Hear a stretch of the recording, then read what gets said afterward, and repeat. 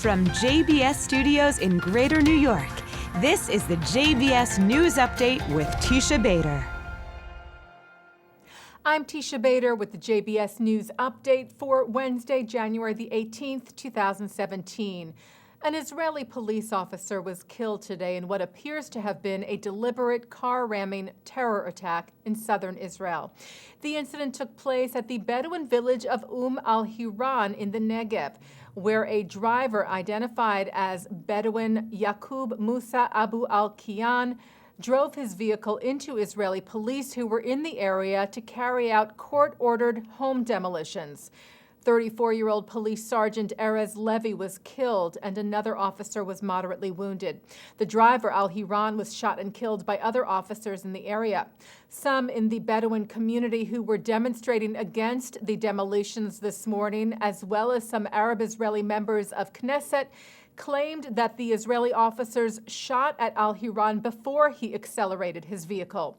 Israel police spokeswoman Meirav Lapidot, however, said that the incident was a vehicular attack just like the one last week in Jerusalem at the East Talpiot promenade that left 4 IDF soldiers dead.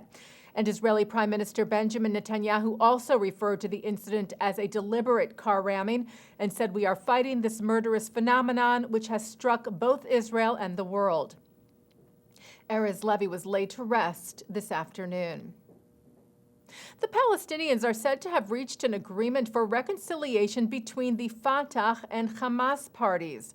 Talks were held in Moscow with unofficial Russian mediation on Sunday between the two factions, and yesterday senior Fatah party official Azam al-Ahmad told a press conference that the parties had reached an agreement under which they would call on Palestinian Authority President Mahmoud Abbas to launch consultations on the creation of a national unity government. The Fatah party that rules Palestinians in the West Bank and terror group Hamas that controls Gaza have been in conflict since Hamas took control of Gaza in a violent overthrow of the Fatah party in 2007. Israel signed an agreement on Sunday with the Palestinian Authority renewing cooperation in water development. Head of the Coordinator of Government Activities in the Territories, IDF Major General Yoav Mordechai, and the Palestinian Authority's Civil Affairs Minister Hussein al-Sheikh signed the agreement to restart the Israeli-Palestinian Joint Water Committee, which was created back in 1995 but has not been active for the last 6 years. It aims to provide better water access to Palestinian towns and villages. Well, Israel has named its new ambassador to Brazil. If you recall, back in 2015, Brazil rejected Israel's appointment of Dani Dayan because of his connection to the Jewish settlement movement. Yesterday, Brazil approved the appointment of Yossi Shelley. Israel's foreign ministry said that there is no doubt that this appointment will promote friendship between the two countries and further relations across many spheres, including economy and trade, adding that Brazil is the 7th largest economy in the world and the home of an important and Zionist Jewish community. Israeli President Reuven Rivlin met today with a delegation of Indonesian Muslim leaders at his residence in Jerusalem. The visit is the initiative of the Australia, Israel, and Jewish Affairs Council. Rivlin spoke of Jewish-Muslim relations and said that Israel has no war with Islam and assured the group that Jerusalem is a place where everyone can worship according to their belief and that Israel will continue to defend this right.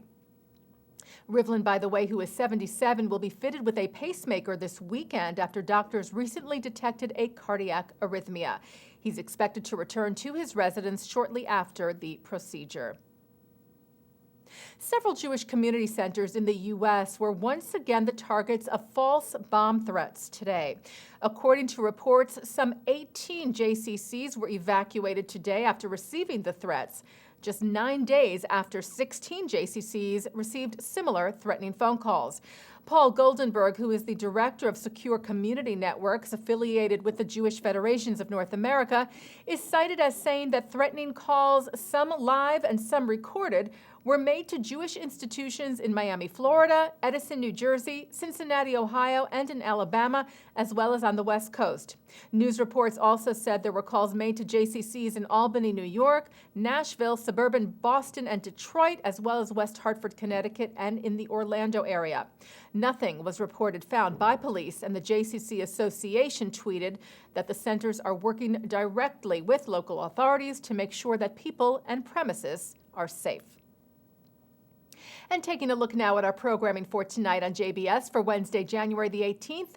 At 7 o'clock, it's From the Aleph Bet. At 7:30, terrorism analyst Eric Stackelbeck discusses Islamist terrorism around the world in a program of Christians United for Israel from Washington.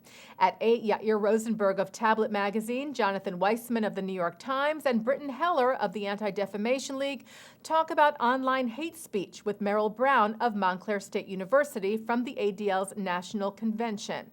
At 9, Mark Golub sits down with Rabbi Aryeh Katzen, who is Executive Director of Russian-American Jewish Experience on L'chaim. And at 10, Jason Isaacson of the American Jewish Committee discusses the coming tests for U.S. foreign policy in a program of the AJC Westchester Fairfield and Bethel Synagogue. And coming up right after this newscast tonight at 6:30, it's Thinking Out Loud with Micah Halpern. And that's the JBS News Update for Wednesday, January the 18th, 2017. I'm Teisha Bader.